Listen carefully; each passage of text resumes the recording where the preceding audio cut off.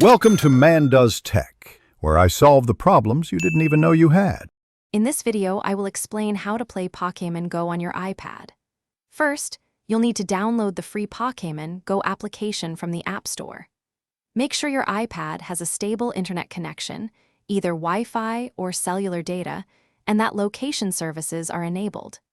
This ensures the game can accurately track your real-world movements and show you nearby Pokémon and points of interest. To optimize your experience, ensure your iPad's location services are always on for Pokémon Go. The game is quite battery-intensive, so keeping your device charged is crucial. For longer play sessions, a portable power bank is highly recommended.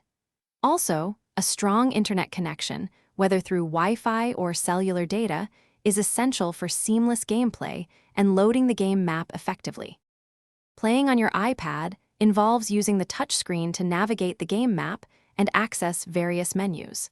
The core gameplay requires you to physically move around in the real world to discover Pokémon, visit Pokéstops, and challenge gyms. When you encounter a Pokémon, simply swipe a Pokéball towards it on your screen to attempt a capture. Spinning Pokéstops grants you valuable items. To further enhance your Pokémon Go experience on iPad, consider using a stylus for more precise throws when catching Pokémon.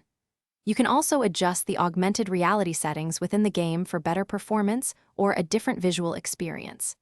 Connecting a Bluetooth headset can provide more immersive sound.